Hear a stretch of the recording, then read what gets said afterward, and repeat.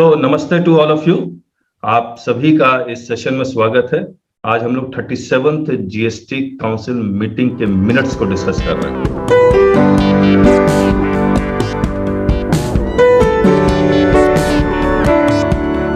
तो ये 37 GST council meeting minutes का डेट है 20 सितंबर 2019। कोरोना कब आया था? मार्च 2020 में आया था ना, तो उससे करीब करीब 6 महीने पहले की कहानी।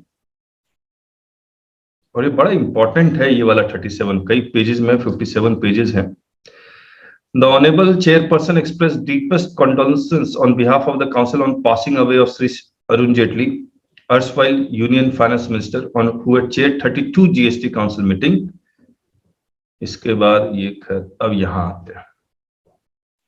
ये पूरा हम लोग पढ़ना चाह रहे हैं, मैं आपको बताता हूँ क्यों पढ़ना चाह रहे हैं। अच्छा, आज के डेट में जीएसटी के रेट्स कितने हैं, कोई आइडिया?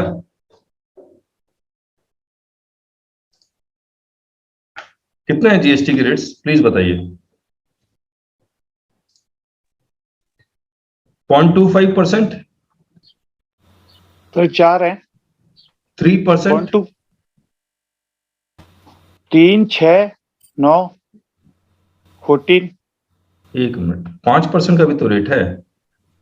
2.5%, 2.5 सब शुरुआत से सर जीरो हो जाएगा। 0 के बाद 2.5, हाँ, और उसके बाद 2.5, 6, 9 और 14। सर 1.5 है।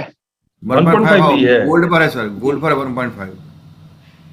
अच्छा, 1.5 भी है। Okay okay. और 1.5, 2.5, 6, 9, 14, 28 जी 14 मतलब 1 2 3 4 5 6 7 8 तरह के रेट, ऊपर से कंपनसेशन सेस जी।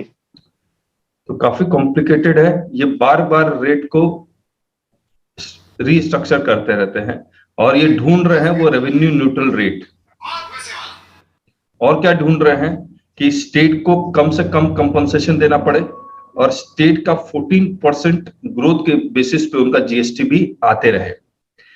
आज एक बात बताइए आप, प्री जीएसटी रिजीम का रेवेन्यू और पोस्ट जीएसटी रिजीम का रेवेन्यू गवर्नमेंट ने क्या सोचा था? तो ये पूरा पैराग्राफ गवर्नमेंट के व्यू पॉइंट से है। गवर्नमेंट ने क्या सोचा था? प्री जीएसटी में अगर 100 आते थे तो यहाँ कम से कम 120 आएंगे, क्योंकि इतने सारे टैक्सेस को वो खत्म कर रहे हैं, कंप्लायंस इजी हो जाएगा, लोग ईमानदारी से अपना कर का भुगतान करेंगे। लेकिन ऐसा हुआ नहीं। जिस तरह का ग्रोथ गवर्नमेंट चाहती थी उस तरह का गवर्नमेंट को ग्रोथ मिला नहीं। तो ये पूरा पैराग्राफ उसी के बेसिस पे है। इसको पढ़ने के बाद आपको पता लग जाएगा कि गवर्नमेंट कब इन 8 स्ट्रक्चर को 3 स्ट्रक्चर में बदलने वाली है। आपने कभी कभी न्यूज में सुनते भी होंगे कि गवर्नमेंट अब 3 ही स्ट्रक्चर रखना चाह रही है। कुछ रेट्स को 12% और 18% को मर्ज करके 17% करना चाह रही है। लेकिन होगा कब ये, तो यहां से आपको वो पता लगेगा। आइए, the secretary address oblique presentation by the chairman finance commission regarding need for a consultative mechanism between GST Council and the 5th Finance Commission, FFC, 5th Finance Commission. The Secretary informed that the first agenda item was addressed by the Chairman, 5th Finance Commission, Sri N.K. Singh, and requested him to make his address. Chairman FFC, while expressing his gratitude to the Honorable Chairperson of the GST Council for having acceded to FPC request for granting them an audience before the council, stated that it was privilege and opportunity to share their thoughts and the way in which they were looking at macroeconomic framework with the GST Council. At the outset, he stated that FFC had a stake in the decisions taken by the GST Council. अब देख लीजिए आप, he stated that FFC यानी कि Finance Commission had a stake in the decision taken by the GST Council emanating from the Constitution of India and the terms of reference of the FFC. यानी कि GST Council, FFC can influence the decision of the GST Council. Basically यही है. He explained the stake of the FFC in the GST regime by illustrating that about 23.8% of the gross tax revenues of the union are from GST, and that the taxes subsumed in GST constitute about 42% of own tax revenues of the states. Therefore, they were greatly interested in the behavior of how this large contribution of GST to the union's overall taxes and that of the states really behave themselves in the foreseeable future and more so during the period of their award. एक बात बताइए, ये क्या कहना चाह रहे हैं यहाँ पर इस पैराग्राफ में? He explained that the stake of the FFC in the GST regime by illustrating that about 23.8% of the gross tax revenue of the union are from GST. क्या मतलब हुआ? सेंटर के पास अगर 100 रुपया टैक्स रेवेन्यू के रूप में आता है तो 23.8% किस रूप में आ रहा है? जीएसटी के रूप में. बैलेंस डायरेक्ट टैक्स के रूप में. यस और no? And that taxes subsumed in GST constitute about 42% of own tax revenues of the state. ये लाइन मुझे नहीं समझ में आ रही, कोई बता सकता है क्या कहना है? स्टेट के रेवेन्यू के बारे में बात कर रहा है क्या? हेलो, सब्स्यूम्ड का हिंदी अर्थ क्या होगा सर? सब्ज्यूम्ड मतलब जैसे स्टेट में एंट्री टैक्स था, वैट था, लग्जरी टैक्स था, ये सबको खत्म करके जीएसटी के अंदर मिला दिया गया. That is the meaning of subsumed. अच्छा अच्छा. And that taxes subsumed in GST constitute about 42% of own tax revenue of the state. तो ये स्टेट के बारे में बात कर रहा है. स्टेट का खुद का जो रेवेन्यू था जो 42% था वो उसमें आने लगा है, जीएसटी में आने लग रहा है. Therefore they were greatly interested in the behavior. अच्छा, मुझे एक बात नहीं समझ में आई. अगर स्टेट का रेवेन्यू 100 है, उसमें से 42 जीएसटी से है, तो 58 क्या स्टेट एक्साइज से है? नहीं, पेट्रोलियम वैट से है. मैं वही बोल रहा हूँ. तो स्टेट एक्साइज और स्टेट वैट और alcoholic liquor for human consumption पे भी है. तो इतना रेवेन्यू आता है, 58% स्टेट का इनसे आता है. तो फिर अगर ये सही बात है तो स्टेट गवर्नमेंट पेट्रोलियम के ऊपर कभी जीएसटी लगने नहीं देगी. सॉरी. लेकिन एक चीज, अभी रिसेंटली हमारे मुख्यमंत्री जी ने 4000 करोड़ रुपए बजाज से उठाए हैं. अगर 58% टैक्स आ रहा है तो पैसे उठाने की जरूरत है उनको? अगर ये भी मेरी समझ में नहीं बात है. स्टेट गवर्नमेंट ने लोन लिया हुआ है. हाँ, 4000 करोड़ रुपए का. अभी स्टेट गवर्नमेंट लोन तो ले नहीं सकती है. अगर ये लोन क्यों ले रहा है जब 58% के पास रेवेन्यू आ रहा है? नहीं शैलेश जी, स्टेट गवर्नमेंट के पास लोन लेने का तो पावर ही नहीं है. हाँ, बजाज उठाया लोन ने. वो लोन इसलिए लिया गया सर, जो कोरोना काल में जो सेंट्रल गवर्नमेंट को देना था वो रेवेन्यू आया नहीं, तो दिया नहीं, तो गवर्नमेंट ने उस समय इनको लोन लेने को कहा था, तो वो लोन लिए, जिसकी नहीं सेंटर ने लोन लिया या स्टेट ने लोन लिया? स्टेट ने उसकी भरपाई जो है वो कंपनसेशन सेस से कर रहे हैं. वो एक मिनट रुकिए, मैं ये कह रहा हूँ state do not have the power to take loan. मैं ये बोल रहा हूँ. नहीं, वो तो ठीक है, लेकिन इस कोरोना काल में सेंट्रल ने ही उनको ऑर्डर किया तो उन्होंने लोन लिया. अच्छा, चलिए पढ़ते हैं फिर. Therefore, they were greatly interested in the behavior of how this large contribution of GST to the unions overall taxes and that of the states really behave themselves in the foreseeable future and more so during the period of their award. It was further stated by him that as per the trends, the overall tax GDP ratio of India is about 17.2%. The GDP ratio में tax का contribution 17.2% है, while the said ratio by way of time series analysis based on Indian current per capita income and GDP should be about 22.6%. यानी government को लग रहा है कि GST आने से हमें कम टैक्स रेवेन्यू मिल रहा है, and therefore there was a gap of about 5.4%. तो एक जब गैप खत्म होगा तभी रेट स्ट्रक्चर ठीक होगा. Within this gap there is a GST compliance gap. अब ये गैप क्यों है 5.4% में? Because there is a GST compliance gap which was about 2.4% of the GDP, and the FFC was interested in understanding the compliance gap of 2.4% between the GST potential and GST realization.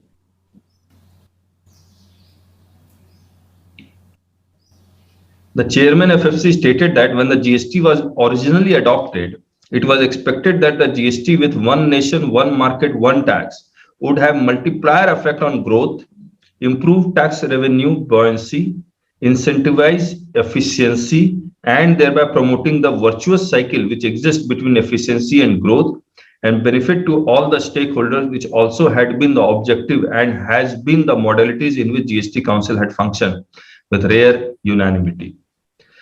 तो लेकिन ये हुआ नहीं. One nation one market one tax के कारण जितना revenue government को मिलना चाहिए था, ये गैप उतना होना नहीं चाहिए था. In spite of the fact कि जीएसटी काउंसिल में जितने स्टेट्स बैठ रहे थे वो यूनानिमस डिसीजन ले रहे थे.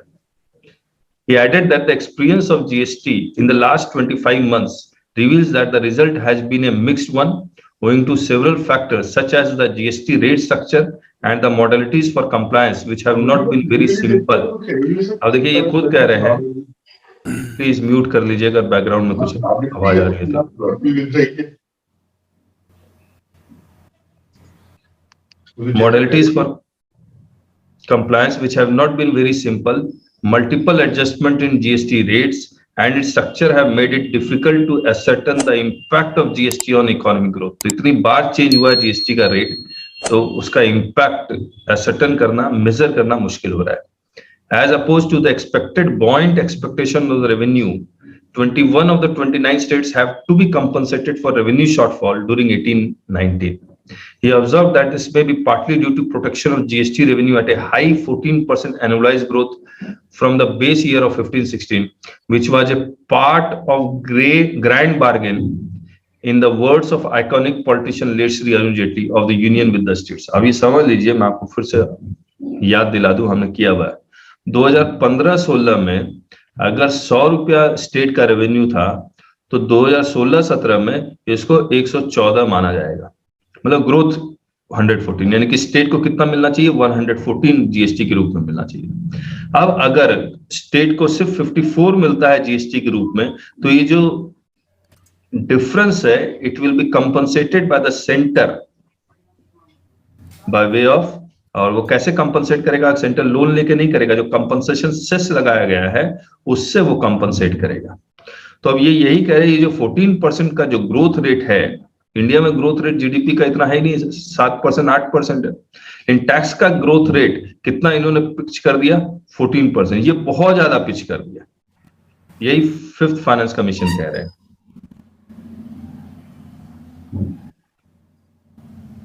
He stated that when the compensation rates were being fixed at that time, the nominal GDP numbers were close to 12.6%. अच्छा, इसीलिए.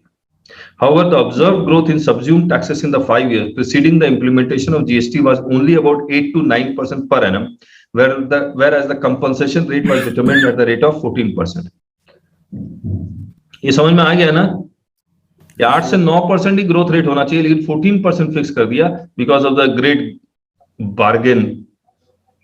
Therefore, in view of the relatively better economic macro condition, the rate of compensation may not have been too difficult to accommodate, which meant a tax revenue buoyancy in excess of 1.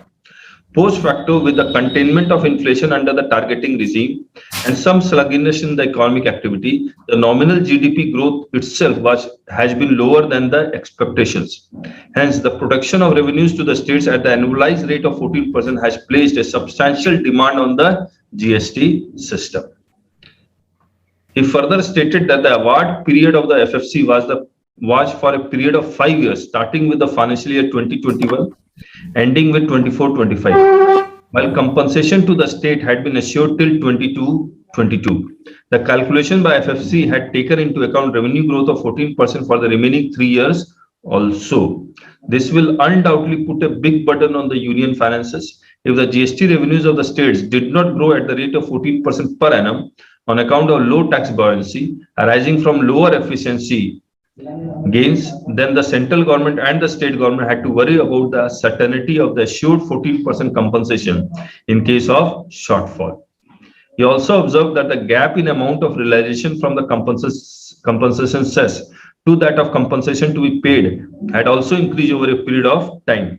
As a result of this, center's options were limited as to whether the cess rate would have to be increased or more commodity besides auto sector, coal, tobacco, etc. would have to be covered under the cess, or there could be a change in Act of Parliament to reflect the current macroeconomic reality, which included a much lower nominal GDP growth than the GDP numbers, which were assumed, or the compensation might have to be paid from the Consolidation Fund of India, which would impact the vertical distribution of revenues from the center to the states. इसका मतलब मैं बता देता हूं. आज compensation कहां से दिया जाएगा?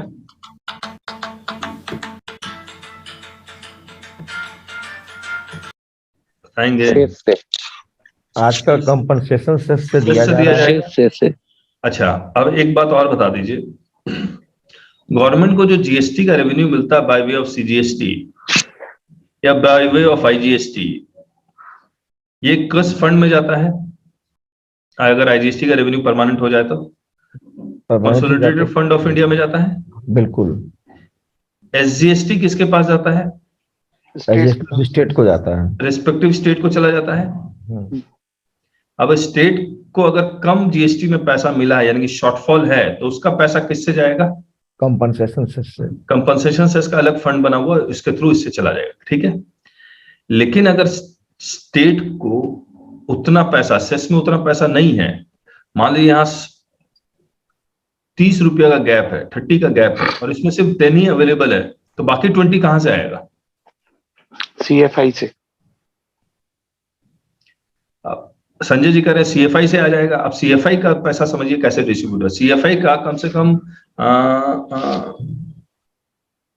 60, मुझे याद नहीं है नंबर्स, लेकिन 63% ये स्टेट को डिवॉल्व होता है. ये फाइनेंस कमीशन या नीति आयोग ही सजेस्ट करता है कि हर एक स्टेट को कितना कितना पैसा जाएगा. ठीक बात है.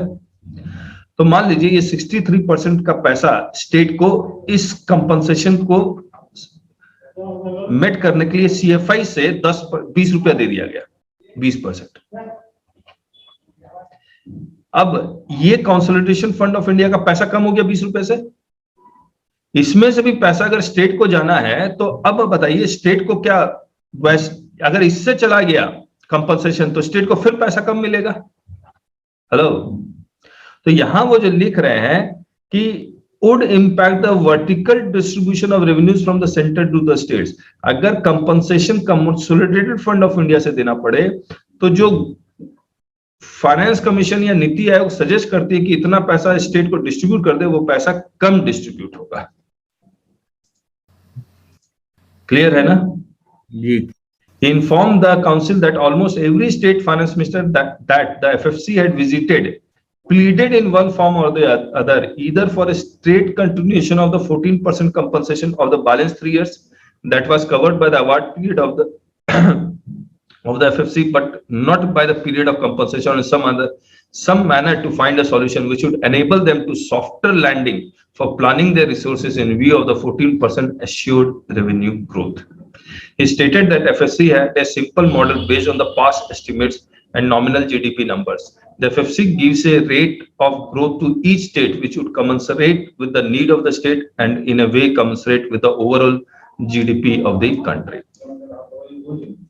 ये सब आपको समझ में आएगा, अभी आगे डिस्कस करेंगे कि स्टेट को क्या नीड है पैसे की. In this regard, the chairman FFC raised some issues and made some suggestions.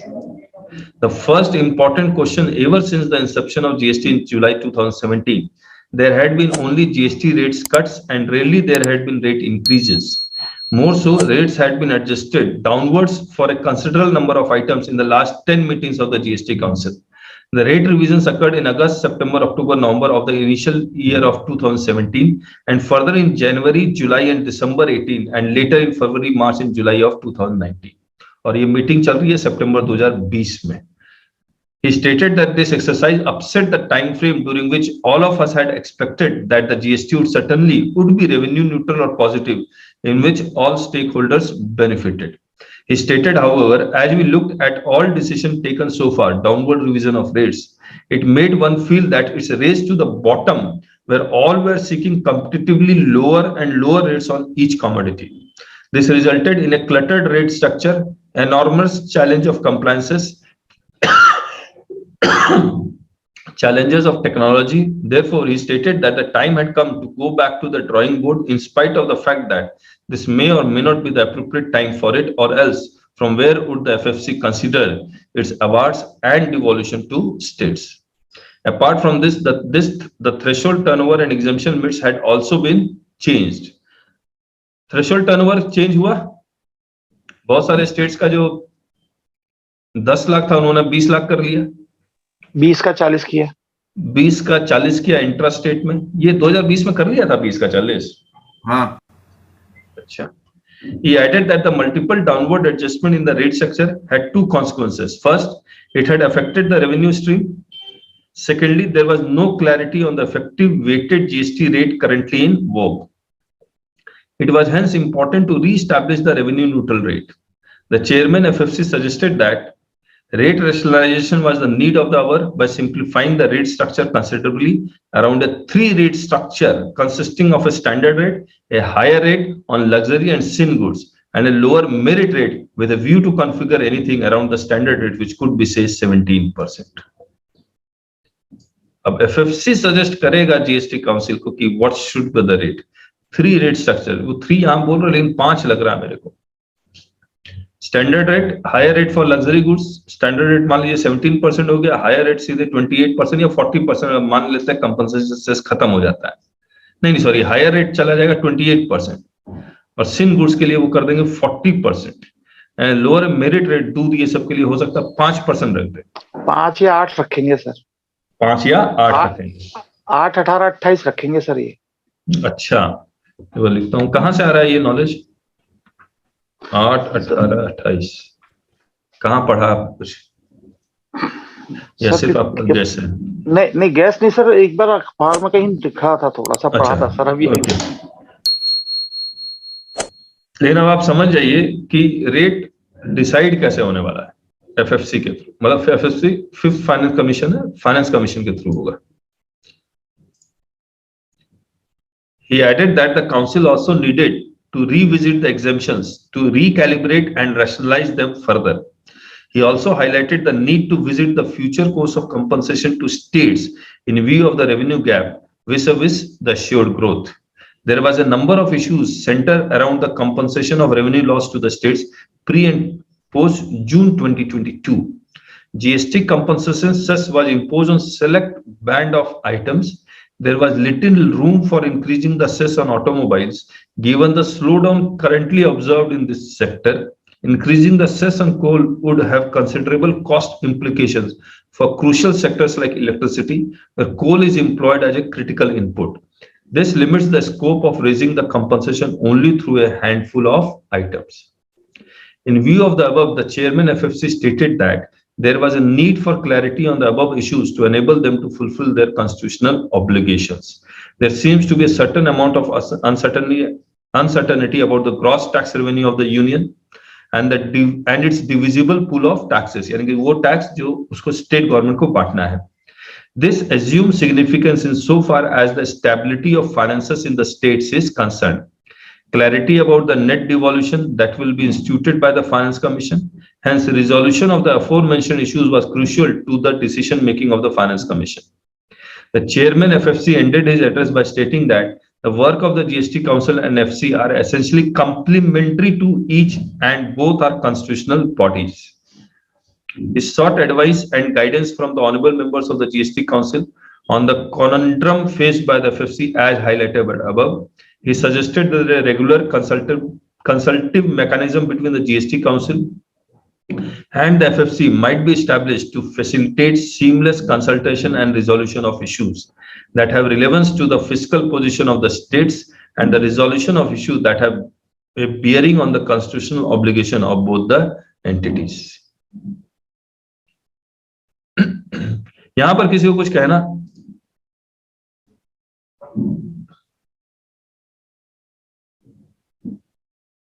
Please Rakesh ji हैं, चलेगा राकेश? सर हाँ प्लीज इनपुट थोड़ा सा कुछ इसमें आपका ओपिनियन क्या लग रहा है, क्या रेट होना चाहिए आपको,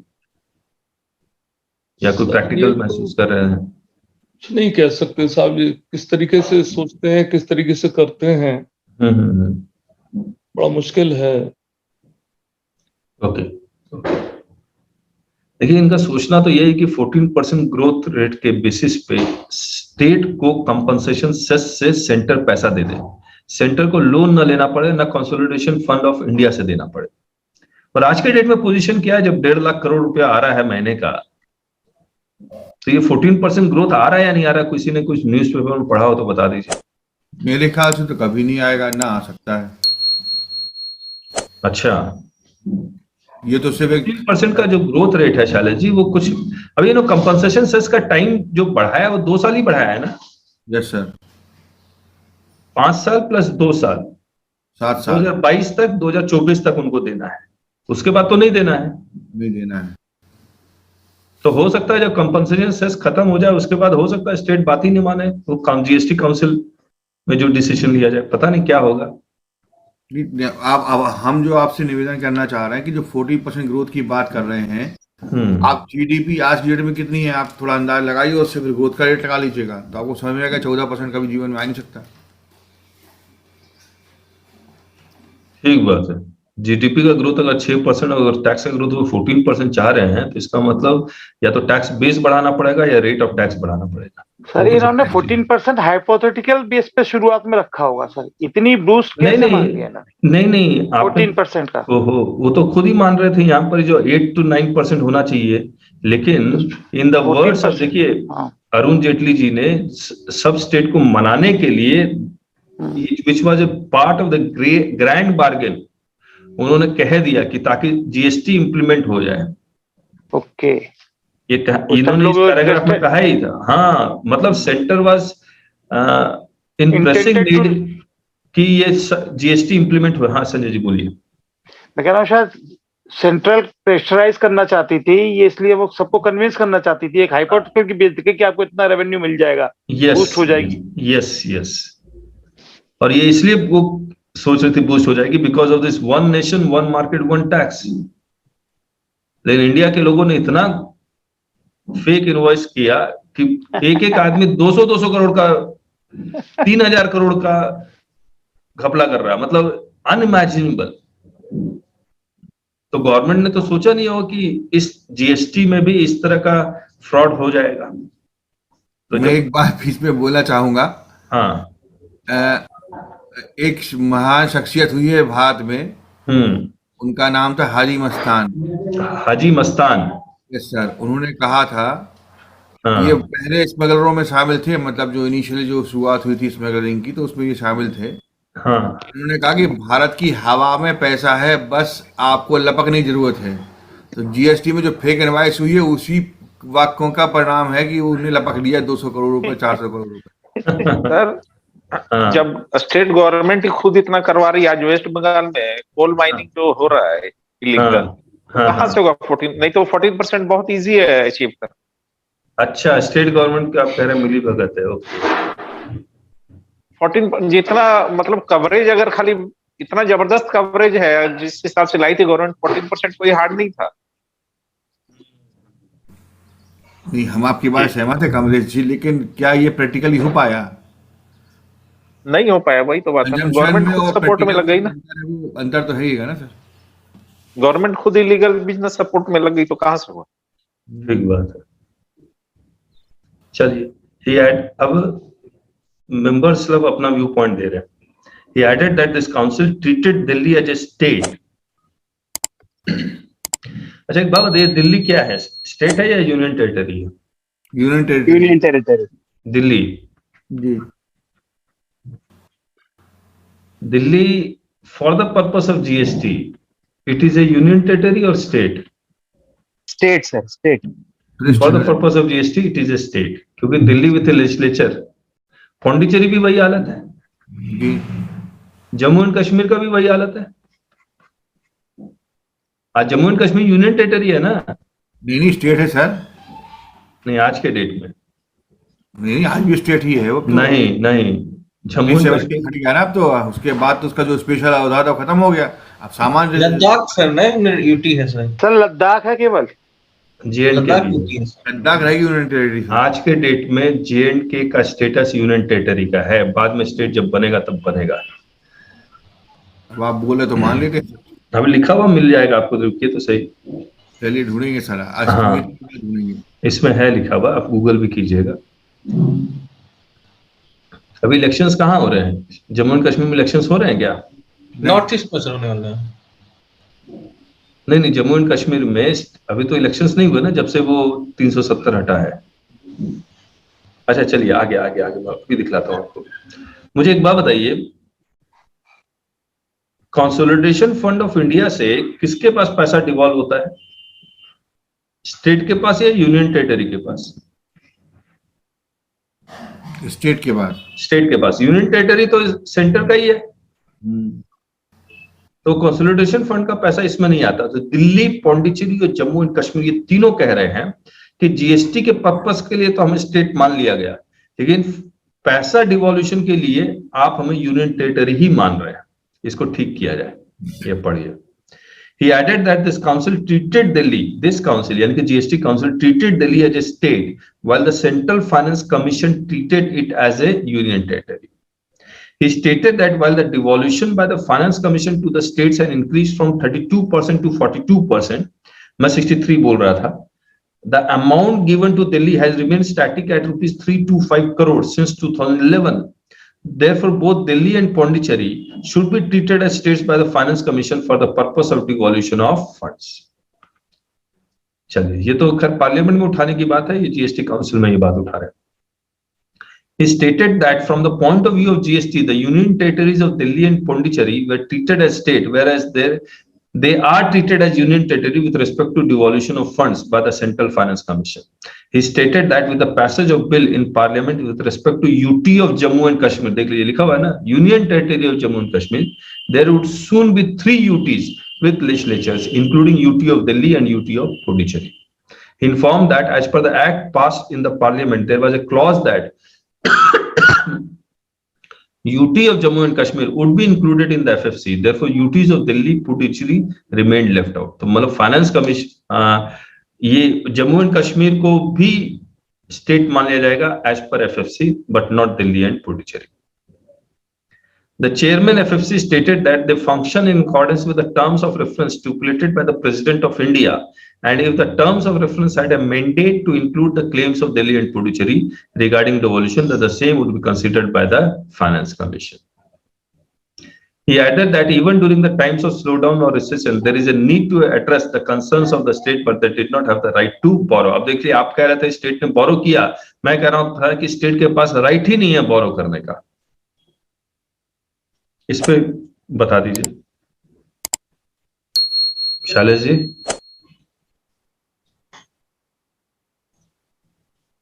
राजेश जी, शैलेश जी बताइए, चलेगा क्या? जी कैसे बोरो कर रही है स्टेट जब उसके पास राइट ही नहीं है? तो कहाँ पढ़ा है शैलेश जी? आप कह रहे थे 4000 करोड़, कहाँ पढ़ा आपने?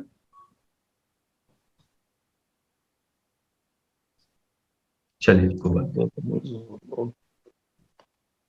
The honourable minister from Kerala state, हाँ उधार तो ले रहे हैं ना सर, तो पेपर में पढ़ा। और अभी राजेश जी ने कहा भी था, शायद सरकार ने उनसे कहा कि आप ले सकते हैं पैसा को, बोरो कर सकते हैं। अच्छा, तो फिर ये क्यों लिख रहे हैं ये? उसके जो भी इंटरेस्ट मिल रहा है उसकी भरपाई भी गवर्नमेंट भरपाई इंटरेस्ट की करने के लिए उन्होंने कंपनसेशन सेस को 2025 तक बढ़ाया है। तो 2025 को जो इधर बढ़ा रहे हैं, यहाँ पर आप एक शब्द जोड़िए, ये देखिए क्या लिख रहा है, state in India can borrow from the market with the consent of the centre. हाँ, the provisions are enshrined in article 293 of the constitution. Sir consent ही तो दिया कि आप मार्केट से पैसे ले लें। अच्छा, कंसेंट दिया गया, ओके। हाँ, और इंटरेस्ट की भरपाई। अच्छा, ये देखिए, centre allows 5 states to borrow. हाँ, जो कंपनसेशन सेस इन्होंने बढ़ाया 2020 की कहानी है, उन्होंने लिया। कर्नाटका, आंध्र प्रदेश, तेलंगाना, गोवा एंड त्रिपुरा, इन स्टेट को अलाउ किया बोरो करने के लिए। ठीक है, चलिए अब शैलेश जी करें, मध्य प्रदेश ने बोरो किया है ना? जी sir. How much Madhya Pradesh has borrowed? देखिए, दिस लिमिट 2000 करोड़। हाँ, once again MP government takes loan, this time of ₹2000 crore. मैं आपसे अभी थोड़ी देर पहले तो बोला था मैंने। ठीक बात है। ऊपर देखिए 3,29,000 रुपए ऑलरेडी ले चुकी है। और Madhya Pradesh government is recording on है ना? The Madhya Pradesh government is continuously borrowing funds. So far, the government, which is burdened with a debt of more than 3 lakh crore, has once again taken a loan. This time, the government has borrowed 2,000 crore. क्यों लिया? ये तो वो शिवराज सिंह चौहान जाने sir, उसके बारे में हम क्या बताएं? Notably, this is the third time in the last 13 days the government has taken a loan. At a rate of 7.88% per interest, the government will repay this loan by 23. The Shivraj government earlier taken a loan of this. क्यों ले क्यों रहा है?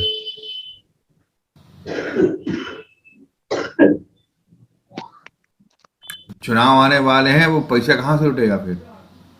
नवंबर 2024 में चुनाव है ना हमारे यहाँ सर। बोला जितनी कमाई नहीं है उससे ज्यादा तो लोन हो गया मध्य प्रदेश का। अब आप 14% ग्रोथ कहाँ से आ गया बताओ जरा आप। हम थोड़ी देर पहले अपन जो बात कर रहे थे। चलिए, अब क्लियर हो गया ना कि ये स्टेट बोरो कर सकता है but with the approval of the centre. तो जहां बीजेपी है, डबल इंजन है, वहां बोरोइंग का राइट मिल जाता होगा। हाँ, ऑटो मतलब कह रही वो तो सो मोटो है। चलिए, the Honorable Minister from Kerala stated that he agreed with the view of the chairman FFC regarding frequent downward revision and multiplicity of rates in GST, and that the present rates were not revenue neutral. However, अच्छा एक बात और बताइए, इसको मैं पढ़ते पढ़ते याद आया, इस मीटिंग के बाद सितंबर 2020 के मीटिंग के बाद क्या रेट्स कम किए गए हैं क्या? शायद। ओके सर मेरे हिसाब से तो बढ़ाए गए हैं सर, घटाए हुए तो कोई भी नहीं आए हैं सर। अच्छा, बहुत सी कमोडिटी जो 12 की थी वो उसे कुछ जो 5% थी उसे 12% कर दिया गया था सर। किसको? फुटवियर इंडस्ट्रीज को लाए थे सर, पैकिंग मटेरियल्स को लाए थे। ये सब पहले सर 14 था, फिर 18 हो गया पैकिंग मटेरियल। फुटवियर 5% था, उससे 12% पे ले आए थे सर। अच्छा। और सर ये जो अभी आपका था ना कि जितना एग्जेम्प्टेड था जिसको पैकिंग में ले आए थे, प्री पैकेज्ड वाले में, उसमें उसको 5% पे ले आए जो अब तक एग्जेम्प्टेड था। प्री पैकेज का भी एग्जेम्प्टेड नहीं था ना, प्री पैकेज का नहीं सर, मिल्क वर्क कॉन्ट्रैक्ट पे भी तो संजय जी, वर्क कॉन्ट्रैक्ट पे भी तो बढ़ा दिया था इन्होंने, वो कैटेगरी हटा दी इन्होंने 5 बार। वर्क कॉन्ट्रैक्ट पे जो गवर्नमेंट पे 12% का जो दिया हुआ था गवर्नमेंट कॉन्ट्रैक्ट का, उसको 18 कर दिया, सबको फ्लैट कर दिया। ठीक, अच्छा चलिए। However, he disagreed with the idea of restructuring the entire GST edifice as it would be counterproductive. He added that we must not forget about the position from where we had moved. He stated that it must not be forgotten that in the pre-GST era, there were a number of taxes including VAT levied by the state governments and a multiplicity of VAT rates across the states. He stated that simplification could not be a guise to argue for reduction in tax rates in its third year of GST. He further stated that there was no annual return and no real-time data from e-way bill was being shared. He stated that under the guise of ease of doing business, rates have been reduced and returns had been done away, which was against all canons of equity. Most of the consumer durables had a pre-GST rate much higher than 28%, while their rate under GST was mostly at 18%. Therefore, in his view, instead of again planning to reduce the taxes further, the system needed time to stabilize and see the experience. The chairman FFC responded that it was not his suggestion that compensations as promised by the Act of Parliament should be changed. There were several options available that could be exercised in the context of the current macroeconomic situation by the GST Council. His objective was to increase tax collection by making the tax rates revenue positive and certainly revenue neutral. As enough fiscal space was not available to the union or states, he did not want to decrease the revenue kitty. He had stated earlier that there was a case for increasing the tax GDP ratio of India vis-a-vis the peer group of countries in terms of same per capita income and similar stage of economic development. He agreed with the views of Honorable Minister from Kerala that equity must be an important driving consideration. Manpreet Singh Badal, Punjab, stated that FFC had shown us the mirror. The CNG in its report for 17-18 has stated that Union of India collected 10% less tax in 17-18. Interesting है ये, over 16-17. If it was assumed that there was a organic growth was of 10 to 12%, Government of India collected 20% less tax in GST.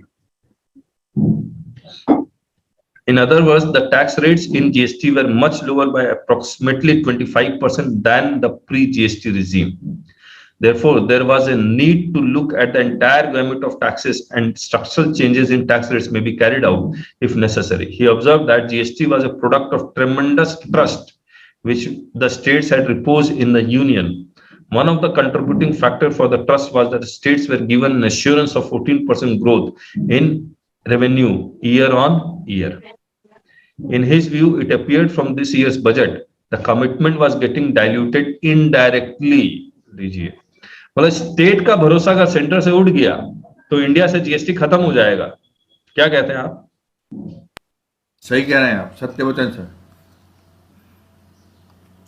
चलिए, in his view, it appeared from this year's budget, the commitment was getting diluted indirectly. While अभी corona के समय में कितने states ने कहा कि भैया कंपनसेशन नहीं मिला हमें, एक बार गूगल करते हैं। Government has extended the time for levy of GST compensation by nearly 4 years. हम लोग 2024 कह रहे थे, ये 2026 तक है। 25 तक का तो मालूम है सर। और वो स्टेट्स को नहीं देंगे, उस स्टेट्स को सिर्फ वो जो लोन है उसकी भरपाई के लिए उन्होंने लिया, उसका इंटरेस्ट उससे पे करें। अच्छा, जो आप कह रहे हैं, the levy of cess was to end on 30th June, but the GST Council chaired by Union Finance Minister and comprising states decided to extend it till 26 to repay the loans taken in the last 2 fiscal year to make up the shortfall in their revenue. अच्छा, corona period में जो उनको loan लेना पड़ा उनके लिए। यह corona तो एक्सेप्शन ही था, है वो सोचे थोड़ी थे जब 2017 में जीएसटी आया था कोरोना भी एक आएगा। नहीं, बिल्कुल नहीं सोचे थे, इसीलिए 15-16 को बेस मानते हुए 14% का ग्रोथ वो उठा रहे थे। अब देखिए, ये 31 मई 2022 का government releases 86,000 crore to states clear entire GST compensation dues.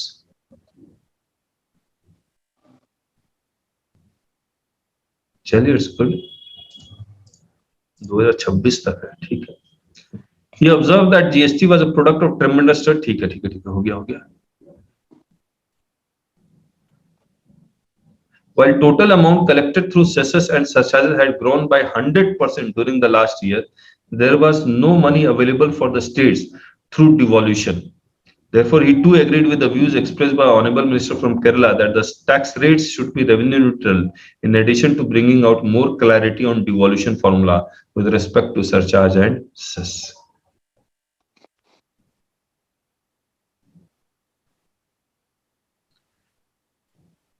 He stated that, यानी कि FFC stated that many viewed that India had got a very complex GST structure and there was a need for its simplification in terms of having lesser number of slabs, maybe 1, 2, and certainly not more than 3 slabs, in view of keeping with the objectives of GST to yield higher revenues and a fair playing field. He stated that while going through the CAG report, he noticed that the report relating to revenue from central excise for the year 15-16 highlighted that 97.37% of the total central excise revenue came from only 8 items, and about 90% of this revenue came from 5 of these items. ये कौन सा item है जिसमें इतना revenue आ रहा है?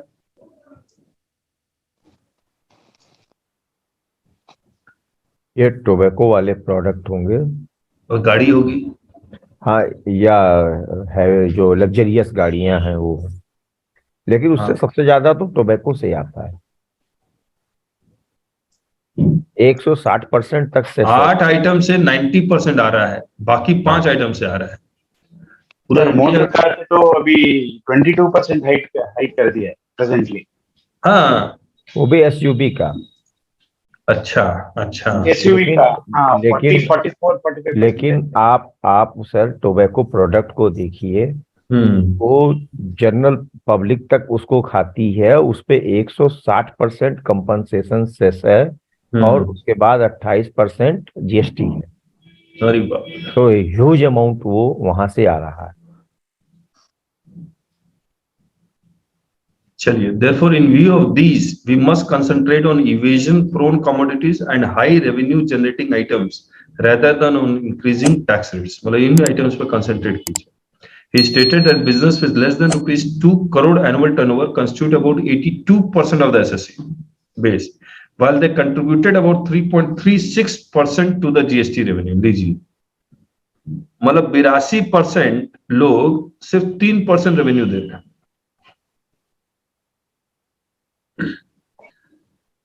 And in his state, most of the revenues came from very few taxpayers. That is about 10% taxpayers accounted for 95% of the GST collection। मतलब कुछ स्टेट्स में 90% लोग टैक्सपेयर 90%, 10% लोग 90% टैक्स दे रहे हैं और 90% लोग सिर्फ 10% टैक्स दे रहे हैं। ये टैक्सपेयर का डेटा है, ये रेवेन्यू है। और ऑफिसर कंसंट्रेट किस पे कर रहा है?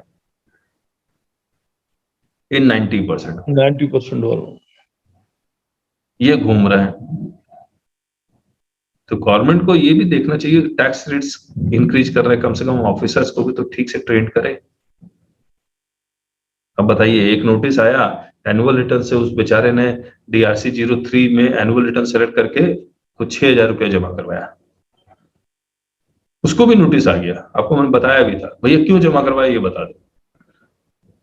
तो ऑफिसर अपना एनर्जी वहां लगाए जहां से रेवेन्यू आना है।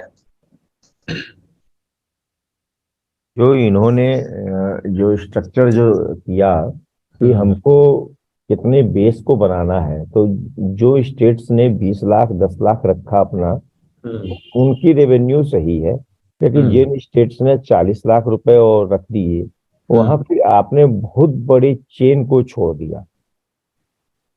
आप 40 लाख तो राजेश जी सिर्फ इंट्रा स्टेट के लिए, that is not a problem. नहीं इंट्रा और आप सोच के देखिए, एक मिनट हमने पढ़ा भी है कि 40 लाख क्यों करना पड़ा, क्योंकि सेंट्रल एक्साइज में जो MSME है वो 1.5 करोड़ रुपए तक कोई टैक्स नहीं देना था।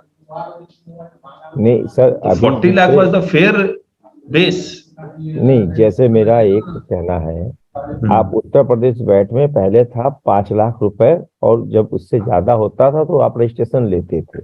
आपने वहां पे 8 गुना इंक्रीज कर दिया, यानी सीधे 5 लाख को 40 लाख कर दिया। तो जितने आपके जो टैक्स पेयर थे वो आपसे कट गए। उन्होंने कहा जरूरत ही नहीं है, 20 लाख टर्नओवर है, नहीं जाऊंगा। नहीं, और वो आ भी जाते तो कितना परसेंटेज रेवेन्यू कंट्रीब्यूट करते हैं? सर मोटी बात ये है, आज जो कह रहा है ना कि मेरा टर्नओवर 20 लाख है, वो एक्चुअल में 2 करोड़ की टर्नओवर है उसकी। हाँ, अब ये कहानी तो समझ में आ रही है। Sir mostly suppression of sale का भी केस है सर। B2C के केस में हाँ, बहुत ज्यादा सर।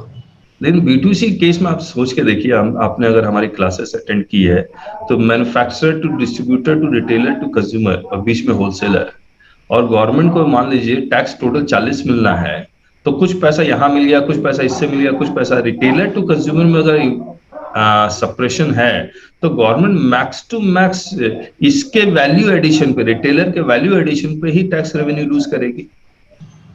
सर मैं तो यहाँ जा ही नहीं रहा हूँ, मैं तो आपको एक सिंपल सा, मैंने आपको वेस्ट बंगाल के सरिया का केस बताया।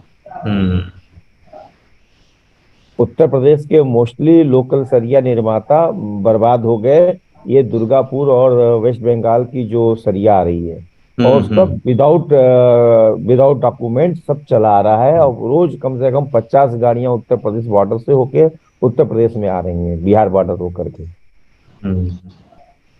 चलिए, GST आने के बाद भी सर ना मूवमेंट है ना गाड़ी का विदाउट बिल बहुत हो रही है सर। अच्छा, हाँ, जबकि GST आने के बाद हुआ था कि ये ट्रांसपोर्टर बहुत स्ट्रिक्टली लगेगी फाइन। चलिए, और जब RFID आएगा तब देखिए क्या होता है। चलिए RFID नहीं आएगा सर। नहीं आएगा, क्यों? अब ये वो आ गया ना सर, फास्टैग। तो फास्टैग जो हमने कल डिस्कस RFID किया अलग था, चीज, RFID अलग चीज है, फास्टैग अलग चीज है। हाँ नहीं, जो ये RFID सर में इसलिए ला रहे थे कि मूवमेंट को ट्रैक किया जा सके। वो अब इनका उससे कनेक्ट कर दिया इन्होंने सारे हाईवे टोल से। नहीं, अभी अब बहुत आपको सारे ऐसे रास्ते हैं जहां आप विदाउट टोल के आप गाड़ियां मूव कर रहे हैं। Okay okay. और दूसरा RFID का एक ऑब्जेक्टिव ये है कि इसमें इन्वेंट्री भी ट्रैक हो जाएगा। इतने यूनिट्स आपने रखे हुए हैं इसमें, ये यूनिट्स कहाँ कहाँ कितने उतरे वो भी ट्रैक हो रहा है इससे। RFID ट्रक का वजन भी कैलकुलेट कर लेता है। सर, उत्तर प्रदेश ने RFID सबसे पहले लगाई, लेकिन हाँ। इम्प्लीमेंट नहीं किया इन्होंने। हाँ। और मतलब अगर जिस दिन ये स्टार्ट कर देंगे, उत्तर प्रदेश का रेवेन्यू वैसे ही इंक्रीज हो जाएगा। चलिए देखते हैं। सर ये क्या ब्लैकमेल कर रहे हैं? वो तो आए दिन कहते हैं आपकी गाड़ी वहां नहीं थी, उस समय वहां थी, इस समय यहाँ थी। क्या मतलब है इसका? अच्छा जी। उन्होंने अपना एक ऐप डेवलप किया है, लेकिन वो उन्हीं गाड़ियों को ट्रैक करता है जो गाड़ियां टोल हो करके निकली हो। जो गाड़ियां विदाउट टोल होके गई हैं, मतलब कोई ऐसा भी रास्ता जिस पे टोल नहीं है, तो उन गाड़ियों को ट्रैक नहीं कर पा रहे हैं। अच्छा। तो वो तो ये कहते हैं ना सर कि वहां पे वो गाड़ी आपकी आई नहीं, गई नहीं। हाँ, वो ऐप है उनका। तो जब आपकी कोई गाड़ी विदाउट टोल वाले रास्ते से जब क्रॉस कर जाएगी, तो वो उनके ऐप में उसका मूवमेंट नहीं आएगा। अरे सुनिए ना, इसको छोड़ देते हैं, ये पढ़ते हैं, ये खत्म करें तो ठीक है। Regarding the aspect of compensation to states, he stated that there was a provision for compensation to states in case of shortfall till the year 2022. अब 2026 हो गया है. He informed that for a state like Chhattisgarh, it was not able to increase the revenue on its own by more than 7%.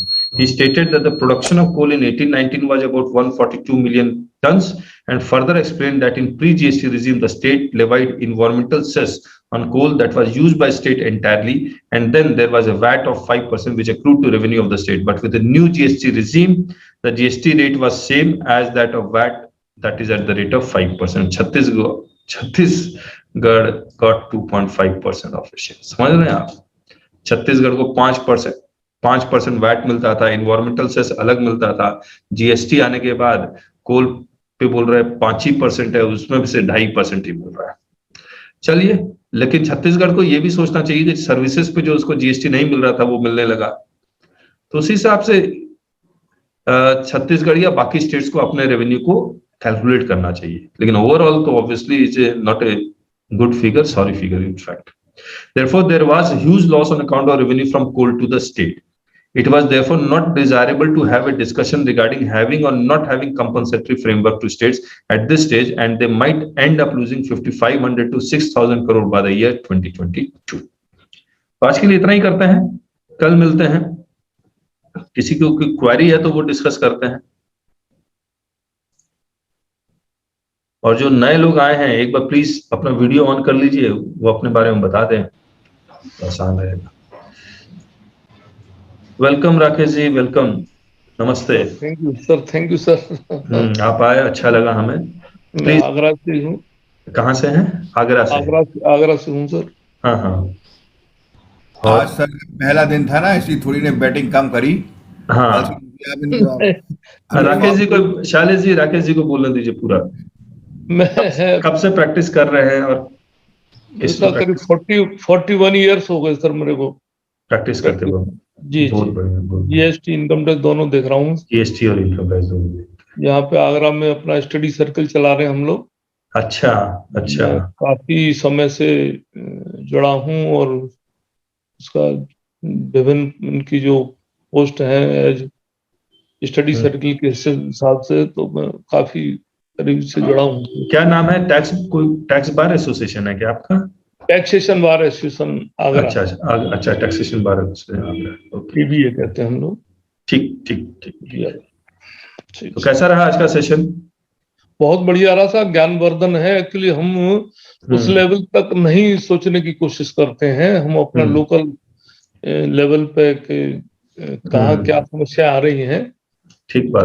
जो उन्होंने बना के दे दिया, हम उसी में क्या कमियां हैं या उनसे क्या परेशानियां हैं इम्प्लीमेंटेशन की, हाँ हाँ और ये सबसे बड़ी दिक्कत तो जो पोर्टल वाली बात है इम्प्लीमेंटेशन में, सब रेट 28 है, 12 है या 18 है, वो हमारे लिए सेकेंडरी चीज है। जो उन्होंने कह दिया 18 है, तो 18 को कैसे इम्प्लीमेंट करा रहे हैं या क्या दिक्कतें आ रही हैं उसमें, प्रैक्टिकली क्या प्रॉब्लम्स आ रही हैं।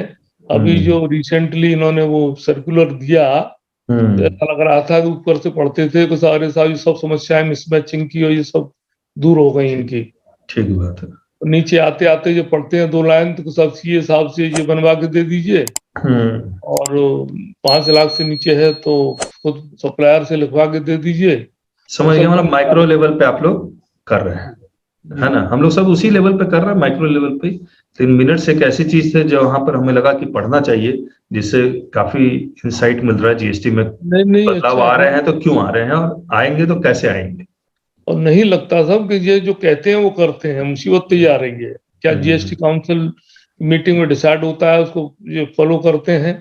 मैं समझता हूँ बहुत कम करते हैं। कभी तो 3 दिन बाद शुरू कर देते हैं, कभी मालूम पड़ा कि 1 साल बीत गया, निर्णय लिए गए, कुछ नहीं हुआ। तो ये सब चीजें ये मनमानी सी अपनी हो रही है, इनकी अपनी सुविधा से करते हैं। ये बना दिए सब थानेदार सब, तमाम पोस्ट बहुत क्रिएट कर दी उन्होंने।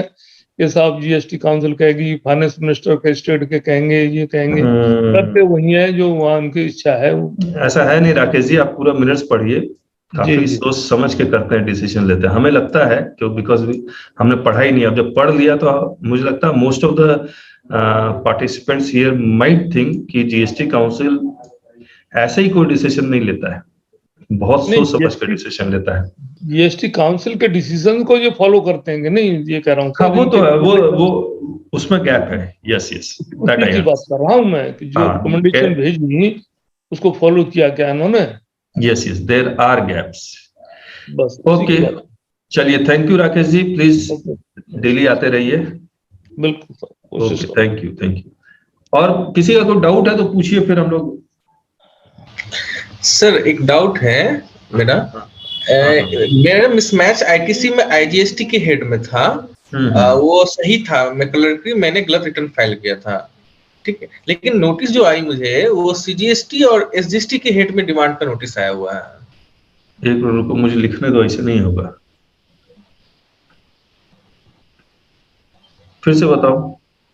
मेरा जो आईटीसी में मिसमैच है वो आईजीएसटी का है, मैंने क्लेम कर लिया एररली आईजीएसटी में। 2A 100 है और 3B में 300 क्लेम नहीं, ये आरसीएम में कर लिया था मैंने, 2A में नहीं। आरसीएम में जाकर मैंने क्या किया, आईजीएसटी में 100 रुपया क्लेम कर लिया, जिसका मैंने टैक्स पे नहीं किया 100 रुपया का।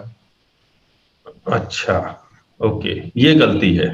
हाँ, इसने इन्होंने डिमांड मुझे सीजीएसटी एसजीएसटी का भेज दिया, इसी अमाउंट को 50-50% कर दिया। अच्छा, फिर क्या किए तुम? अभी कुछ नहीं किया सर, इसमें कोई एक्शन नॉट टेकन अभी। ओके, तो नोटिस गलती हमारी है। एक मिनट, कभी भी अपनी गलती एक्सेप्ट मत करो। अच्छा, ओके सर। हाँ, मतलब हम लोग को तो बोल ही सकते हो, हाँ, लेकिन डिपार्टमेंट को कभी भी मत कहो, ठीक है। अब मुझे एक बात बताओ, ये जो आरसीएम आईजीएसटी का है वो C+S किस सेक्शन में नोटिस आया हुआ है? वो 61 में एसएमटी किया है हमको 10। और इसमें क्या लिखा हुआ है सेक्शन 61 में? मिसमैच ऑफ कॉलम नंबर वो मेंशन किए हैं कि आपने कैश में पेड नहीं किया, वो टोटल अमाउंट जोड़ के भेजते हैं हम लोग को कि टोटल पेबल और टोटल पेड। तो दिखलाना कि लैंग्वेज से पता लगेगा कि वो कहना क्या चाह रहा है। Okay sir. इससे नहीं पता लग रहा है कि वो उसने वाकई में इसको देख के किया है या कुछ और देख के ये लोग नोटिस करते हैं ना, वो टैक्स टोटल टैक्स पे कर रहे हैं हमको, वो कॉलम में नहीं लिखते हैं कि सीजीएसटी में ये कम किया आपने, एसजीएसटी में ये कम। वही कह रहा हूँ, तो एक बार दिखलाना, नोटिस भेजना, देन आई विल सी। ठीक है, कि आखिर मतलब वो कहाँ से ये इन्फॉर्मेशन कहाँ से आ रहा है उसके पास, ये समझना बहुत जरूरी है। ठीक है। ओके। और किसी का कोई क्वेरी? सर ठीक है सर, एक मेरा इसी से रिलेटेड था। सपोज दैट कोई डीलर है और वो जीटीए सर्टिफिकेट आरसीएम में टैक्स नहीं दिया उसने 17, 18, 18, 19 में। अच्छा, फ्रेट पर। ठीक है। और तब डिपार्टमेंट के पास भी कुछ ट्रैकिंग नहीं थी। कल को डायरेक्टर डिपार्टमेंट के पास आता है और वो हमसे कहता कि आप जीटीए सर्विसेज पे टैक्स पे करिए आरसीएम में, तो क्या आईटीसी ले पाएगा? आईटीसी ले पाएगा या नहीं ले पाएगा? जी, यदि वो पे करते ले लीजिए नहीं सर। अपील। हाँ, अपील में जाना मेरा है। ये कहना है, डिपार्टमेंट जब हमें नोटिस देता है कि आपने ये जो परचेज करी है उस पे जो आपने फ्रेट पे किया उस पर आपने आरसीएम पे नहीं किया है। ठीक है, आप, मैं वही कह रहा हूँ, सर- पे कीजिए हाँ और आईटीसी ले लीजिए, let him reverse it, then go for appeal, section 16 section 4 challenged है। ओके। हेलो। और हाँ हाँ बोल रही सर, मेरा एक जानकारी था जानने के हाँ कि वो मेरा एक पार्टी जो बिजनेस करता है शुगर और नॉन टैक्सेबल एवं टैक्सेबल फूड सप्लाई करता है, रिसेल भी करता है, ठीक है। अच्छा एग्रीकल्चर से परचेज करता है, वो डायरेक्ट मिल को प्राइवेट लिमिटेड कंपनी को बेचता है। जैसे शुगर में टैक्स है और नॉन जीएसटी जैसे पैडी व्हीट और ब्रोकन राइस उसमें टैक्स नहीं, एग्जम्प्टेड है। उसमें क्या हुआ, वो कुछ बिल्डिंग मटेरियल्स खरीद रहा है जीएसटी दे के, वो गोडाउन पर्पस के लिए वो बिल्डिंग बना रहे हैं, उसका हम इनपुट लेंगे कि नहीं लेंगे, यही मेरा डाउट है। गोडाउन पर्पस जो वो जो बिल्डिंग मटेरियल्स परचेज कर रहा है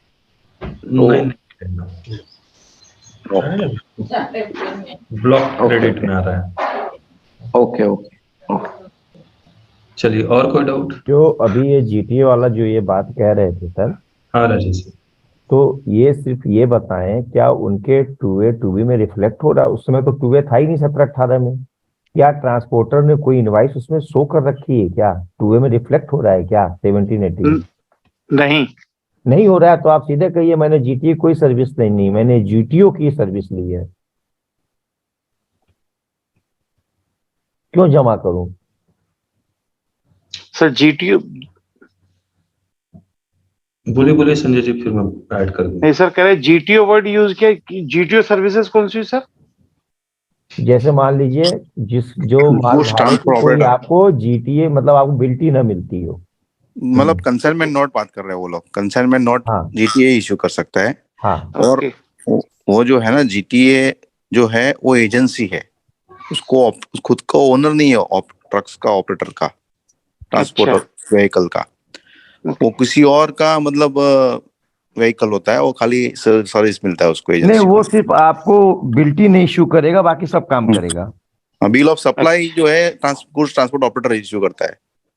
देखिए मैं आपको बताता हूँ संजय जी, जीटीए के ऊपर जीएसटी है, यानी कि जो बिल्टी दे रहा है वही जीटीए है, बाकी लोग जीटीए नहीं है। कहने का मतलब ये, मान लीजिए जैसे आगरा में आप जाएं तो किसी टेम्पो वाले को पकड़ लीजिए और बोले सर 100 रुपया दूंगा यहाँ से यहाँ पहुंचा दो, तो आप अपने प्रॉफिट एंड लॉस में ट्रांसपोर्टेशन एक्सपेंसेस लिखेंगे 100 रुपया जी, लेकिन आपने किसको दिया है? एक टेम्पो वाले को दिया है 100 रुपये। क्या इसने बिल्टी इश्यू किया था क्या? नहीं, जब नहीं किया तो ये एग्जम्प्ट है। नहीं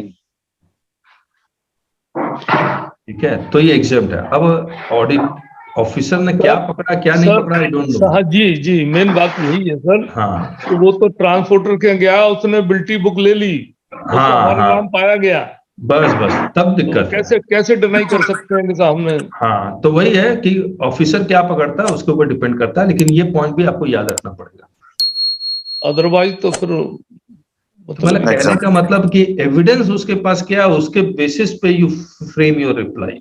तो ऐसा नहीं है कि आप ही एविडेंस लेके चले जाइए कि सर मेरे को टैक्स लगा दो। सर शायद संजय जी यही कह रहे हैं कि बिल्टी सामने आ चुकी है, देन एक सेकंड सर। हाँ बोलिए राकेश जी। बिल्टी सामने आ चुकी है और मैंने उस समय आरसीएम जमा नहीं किया है। ठीक है, पॉइंट टेकन। आज मैं आरसीएम जमा करा रहा हूं तो कह रहे हैं कि क्या उसकी आईटीसी मिलेगी? ठीक, पॉइंट टेकन, समझ गए। संजय जी कुछ ऐड करना चाहे तो बताइए। नहीं कुछ नहीं, बस सर यही है। ठीक है, तो कैसे पकड़ा आपको? सर उन्होंने जैसा इंटर ऑडिट्स में दिया, तो ऑडिट्स के अंदर जब इंट्रा स्टेट मेरी परचेज थी, हाँ, तो ज्यूरिडिक्शनल अफसर ये कहता है कि भाई इंट्रा स्टेट परचेज है, तो जो उस पे फ्रेट आपने जो पे किया है उस पे आरसीएम का कितना किलोमीटर, वही मतलब ये सब देखिए, ये सब गेस वर्क है, एजम्पशन है। जी सर, ये सब एजम्पशन है, ये कहीं ट्रक ऑपरेटर के पास लेके नहीं है। नहीं कहीं। सर हाँ राकेश जी, बात यह है कि इट इज कंफर्म कि सब मेरे यहाँ सर्च हुई और मेरे यहाँ बिल्टी पकड़ी गई, राकेश जी, एक मिनट राकेश जी, एक मिनट राकेश जी, देखिए हम लोग जब डिस्कशन करते हैं ना तो फैक्ट्स वहीं का वहीं छोड़ दीजिए, और एक फैक्ट ऐड करेंगे तो ऑब्वियसली आंसर चेंज हो जाएगा। लेकिन फिलहाल जो संजय जी का जो फैक्ट दिया कि उन्होंने इंट्रास्टेट परचेज किया, उसी पे करेंगे, नहीं तो फिर डिस्कशन बहुत लंबा हो जाएगा हम लोग का। संजय जी ने इंट्रास्टेट परचेज किया। अब मैं बस इतना जानना चाहता हूं, क्या वो इंट्रास्टेट परचेज में जो ट्रैवलिंग जो टाइम है या डिस्टेंस है, वो बिना ट्रक के आ सकता है, नहीं आ सकता है, टेम्पो से आ सकता है, नहीं आ सकता है, ये सब आपको सोचना पड़ेगा। जी जी सर, ट्रक से भी आता हो तो क्या फर्क पड़ेगा?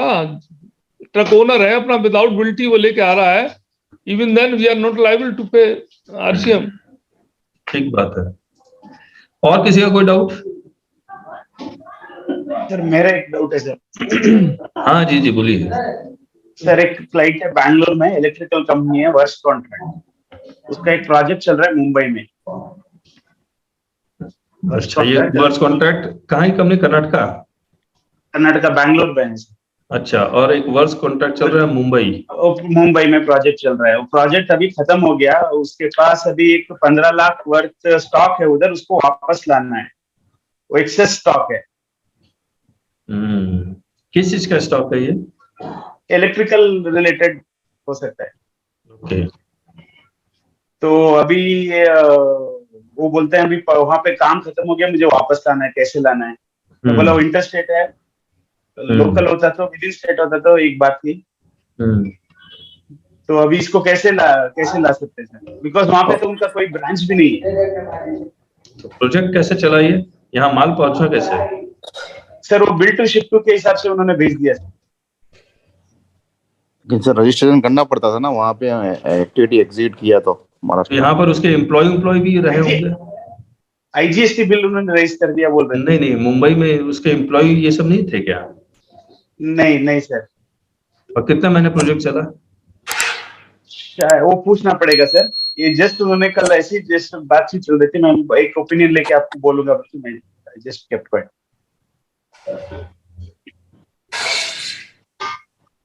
तो एक ही प्रोजेक्ट है सर। मतलब यहाँ पर as a casual taxable person registration लेना चाहिए था उसको, अगर वो नहीं लिया है तब कैसे? अगर लिया है तब तो आसान है, नहीं लिया है तो क्या हो सकता है? हाँ, अभी उन्होंने नहीं लिया है सर। नहीं लिया है। कल ये बहुत बड़ी मुसीबत में फंसेंगे। मैंने वही बोला कि एक्टिविटी जो कर रहे थे वहां पे, तो वहां पे लेना ही चाहिए था रजिस्ट्रेशन। दूसरे स्टेट में जाके आप एक्टिविटी करते हैं तो करना ही पड़ता है। ये बिल्टू शिफ्टू जो है, ये कहानी यहाँ चलेगी नहीं, इनकी नहीं चलेगी। वो बिल्टू शिफ्ट कहाँ करेंगे, खुद को ही माल वापस लाना है। मेरे पास खुद का वापस 2 महीने पहले केस आया था। ये केस क्या था कि वर्क्स कॉन्ट्रैक्ट के लिए ट्रक गया, वहां पर काम हुआ, अब ट्रक वापस आना कैसे आएगा? नहीं सॉरी, हाँ 4-5 ट्रक गए और उसमें क्या किया, अब ये ट्रक को वापस आना है। ठीक है, खाली ट्रक को वापस आना है। तो मेरे को कहा कि ये खाली ट्रक वापस लेके कैसे आए? और हम बोला ऐसे चला के ले आओ। बोला खाली तो रहेगा। बोले नहीं, ये ट्रक को ट्रक के अंदर डाल के लेके आएंगे।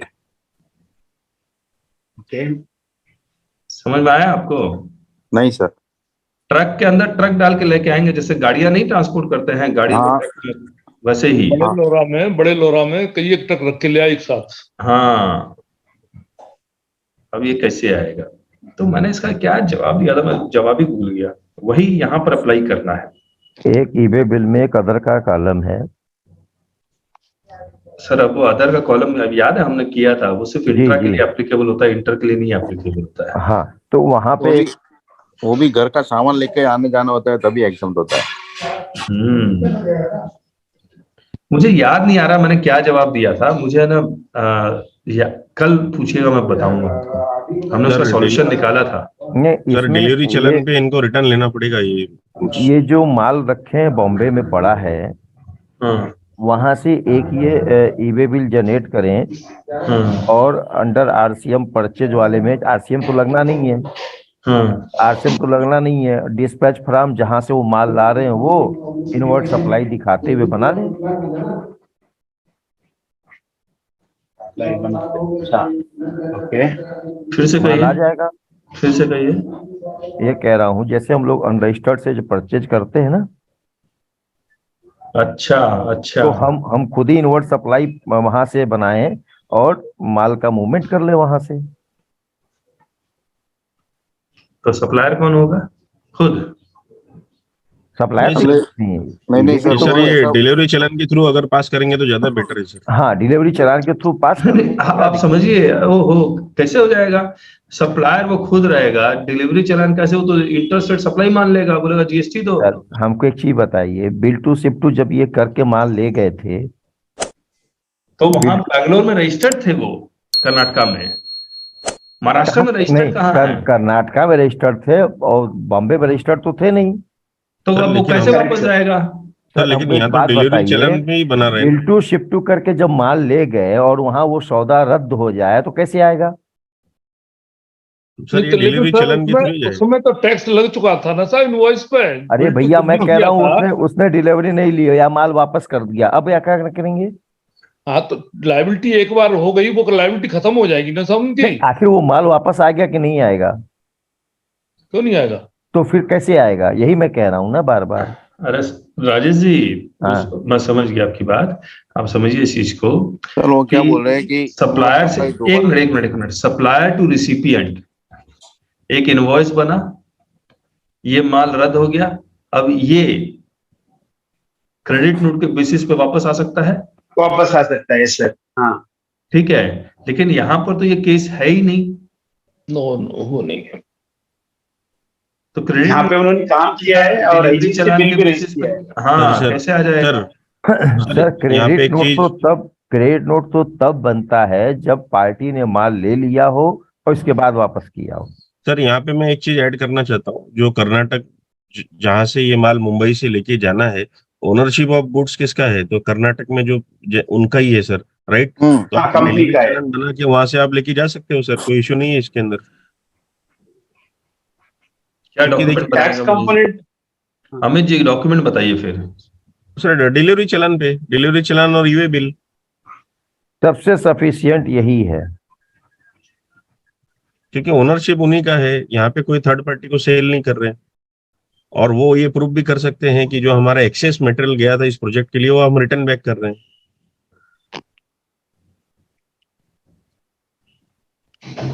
सप्लायर रिसिपिएंट सर वो अमित जी कह रहे हैं वो ठीक है, वो डिलीवरी चलन भरा के वापस ले सकता है उन्होंने। अच्छा एक मिनट, इनवॉइस काटा 100 रुपए का प्लस 18 118 नहीं, क्या रिमेनिंग स्पेयर पार्ट्स है उनके पास, वो वापस ले सकते हैं। एक मिनट, इनवॉइस काटा 100 प्लस 18 118, ठीक है, ये 18 रुपए टैक्स दे चुका है गवर्नमेंट को। हाँ, अब रिसिपिएंट ने रिसीव कितना किया? पूरा 100 रुपए रिसीव किया, 100 रुपए का माल रिसीव किया, या ये कॉन्ट्रैक्ट था कि जो बच जाएगा वो वापस ले जाइएगा? ऐसे कोई कॉन्ट्रैक्ट नहीं था, जो एक्सेस मटेरियल वहां पर चला। अच्छा ठीक है, अब इसमें 80 रुपए का मटेरियल यूज हो गया, 20 रुपए का मटेरियल बचा हुआ है, ठीक है? हाँ एग्जैक्टली करेक्ट सर। हाँ। अब 20 रुपए का मटेरियल आप कह रहे हैं डिलीवरी चलान के थ्रू वो ले जाएगा, तो इसका मतलब उसने 100 रुपए पे टैक्स दे चुका, 20 रुपए पे तो नहीं देना चाहिए था उसको। टैक्स कैसे रिड्यूस होगा? सर डिलीवरी चलान पे जस्ट मेंशन होगा, टैक्स कहाँ पे होगा? नहीं, टैक्स तो ऑलरेडी 20 रुपए 100 रुपए पे दे दिया ना आपने टैक्स। तो सर ओनरशिप तो उनका ही है ना, डबल क्यों टैक्स देंगे? वो तो सिर्फ मेटेरियल रिटर्न ला रहे हैं सर। अच्छा अब अजीत जी पे टैक्स तो नहीं है। अजीत जी एक बात बताइए, ये जब सप्लायर से यहाँ से मूव हुआ महाराष्ट्र से कर्नाटका, तो इनवॉइस के बेसिस पे हुआ या डिलीवरी चलान के बेसिस पे हुआ? नहीं, महाराष्ट्र से अभी वापस लाना है सर। नहीं, जब शुरुआत में मूव हुआ तो कैसे हुआ? इनवॉइस के बेसिस पे या डिलीवरी चलान के बेसिस पे? इनवॉइस के बेसिस पे। तब अमित जी तो 100 रुपए पे ऑलरेडी टैक्स दिया जा चुका है। जी सर, टैक्स तो कहाँ दें, टैक्स की तो बात ही नहीं हो रही है, ये तो मटेरियल सिर्फ रिटर्न लाना है उनको। रिटर्न लाना है तो उस रिटर्न 100 रुपए पे 20 रुपए का मटेरियल आपने रिटर्न लाया, तो 80 रुपए पे तो टैक्स देना चाहिए था। सर टैक्स क्यों देंगे? ये तो उनके इनवर्ड में जमा हो रहा है, उनके स्टॉक में एक्सेस मटेरियल था वो रिटर्न बैक कर रहे हैं। टैक्स का तो सवाल ही नहीं पैदा होता यहाँ पे सर वहाँ तो वर्क कॉन्ट्रैक्ट सर्विस है ना सर।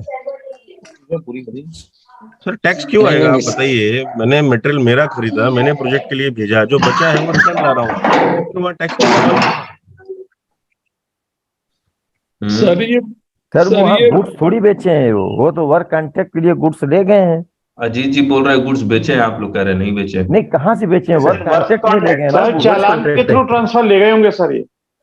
नहीं कह रहे हैं इनवॉइस के बेसिस पे लेगा, जो बोलेंगे उसी के बेसिस पे तो डिसीजन लेंगे कि मैं अपना इनवॉइस किसको की होगी इन्होंने सर? इन्होंने कहा इनवॉइस के बेसिस पे ले गया। अजीत जी सर एक मिनट रुकिए, हम लोग अपना फैक्ट्स नहीं डालेंगे ना तो केस आसान होगा। अजीत जी हाँ सर, इनवॉइस के बेसिस पे ले गए या डिलीवरी चला बिल टू शिप टू का परचेज इनवॉइस के बेसिस पे लेके गए। ठीक है भैया, शिप टू किसको किए आप? किसको किए? मुंबई में बिल टू कंपनी को गया, शिप टू मुंबई एड्रेस को गया। नहीं, शिप टू आखिर किस व्यक्ति को की? अपने आप को शिप टू कर लेंगे? नहीं वो कॉन्ट्रैक्ट सामने वाला पार्टी। भाई आप परचेज पे बात कर रहे हो ना, परचेज आपने करी के लिए शिफ्ट टू करा दी मुंबई को, यही है ना मैटर? मैं ये बात ही नहीं कह रहा हूँ। आप मुझको एक बात बताइए, वहाँ कोई एडिशनल बिजनेस प्लेस नहीं है आपका, कोई कुछ भी नहीं है, तो शिप टू किसको किए? अपने आप को? पार्टी को कौन है वो? पार्टी तो वर्क कॉन्ट्रैक्ट का ठेका दी है, गुड्स का ठेका सर। जहाँ पे इनको कॉन्ट्रैक्ट मिला रहेगा ना, जिस चीज का जो करने वर्क कॉन्ट्रैक्ट का, वहाँ पे इन्होंने डिलीवरी लिया रहेगा सर। भैया डिलीवरी वही तो। सर मैं बीच में बोलना चाह रहा हूँ अजीत जी आप है ना थोड़ा सा फैक्ट्स और क्लियर कीजिए फिर। राजेश जी वैलिड पॉइंट बोल रहे हैं। हाँ बोलिए संजय जी। सर मैं बोलना चाह रहा था राकेश। अच्छा राकेश जी बोलिए। सर ये मेरी तो कम समझ में आ रही बात कि ये जो वहां कोई अपना एस्टेब्लिशमेंट है ही नहीं, प्लेस ऑफ सप्लाई दूसरे स्टेट का हो गया, और यहाँ से हम इनवॉइसिंग से या टू शिप टू करके कैसे भी माल भेज रहे हैं, तो वो टैक्स का हमारा ऐसे ही कूड़े में चला जाएगा। क्या उसे आईटीसी मिल पाएगी अगर हमने बिल टू शिप टू कराया है? तो क्या ऐसा संभव है? दूसरी बात यह है कि जब 15 दिन से ज्यादा का एस्टेब्लिशमेंट दूसरे स्टेट में है, तो ऐसी गलती कौन करेगा कि वहां रजिस्ट्रेशन नहीं लेगा? एक मिनट राकेश जी, एक मिनट रुकिए। जब हम लोग के पास कोई क्लाइंट आता है या आपके पास भी कोई क्लाइंट आया, तो उसकी गलतियां नहीं निकालनी हमें। भैया जो हो गया, अब इसका रास्ता निकालिए, काम खत्म। We work in the interest of the client, department works in the interest of the revenue. ठीक है सर, है ना? ठीक है। तो अब उसकी गलतियां निकाल के तो कोई फायदा नहीं है। अब जो फैक्ट्स है उसके बेसिस पे ये माल इसको वापस ले जाना है, बस काम खत्म। कैसे ले जाना है ये हम लोग का से है कि उसको बताया जाए ठीक से। जो हो गया वो तो हो गया ना। चलिए, और कल मिले फिर। तो इसके बारे में थोड़ा और इनपुट लूं सर। हाँ, फैक्ट्स पता होना चाहिए हम लोग। सर अमित सर जैसे बोल रहे हैं वैसा ही होना चाहिए, डिलीवरी चलान के थ्रू। जी सर। उनके पास परचेस का ये रहेगा, परचेस का डिटेल्स है क्या पूछ लो अजीत सर। हाँ सर बताइए। आपके पास परचेस का डिटेल्स है सब? है सर, है। हाँ, आप इनवॉइस के साथ अमित सर जैसा बोल रहे हैं ना वैसा हो जाएगा सर। अच्छा डिलीवरी चलान और ई-वे बिल के साथ। ओके हाँ ठीक है सर। चलिए कल मिलते हैं। जी sir. Okay, thank you so much, bye bye. और बाकियों को भी बताएं इस सेशन के बारे में, है ना? और किताब जरूर से अगर आप लोगों ने नहीं ली है यस सर, वही रेट रहता है। अमित जी क्या कह रहे हैं वही रेट है, वही ठीक है। चलिए ठीक है। Okay, bye bye. सर मैं कॉल करता हूँ आपको। श्योर।